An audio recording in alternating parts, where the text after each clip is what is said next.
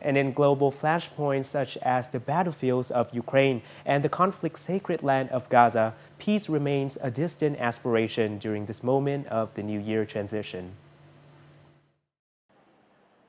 The New Year 2026 arrives in ravaged Gaza as a fragile ceasefire enters its third month, after many residents endured what they described as the harshest year of their lives, marked by winter hardship and acute shortages of food and medicine. 2025 was the harshest year. We had no joy, no peace, and no sense of rest.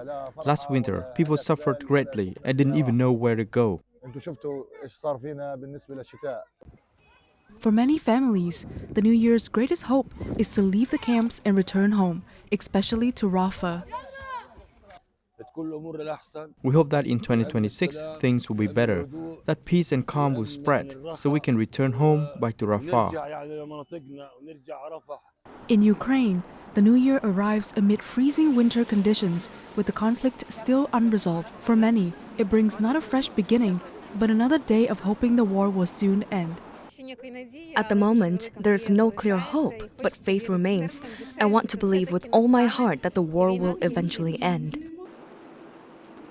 People in both Gaza and Ukraine quietly step into 2026, yearning to live in safety and return home. Simple hopes for lands that have endured profound loss from conflicts.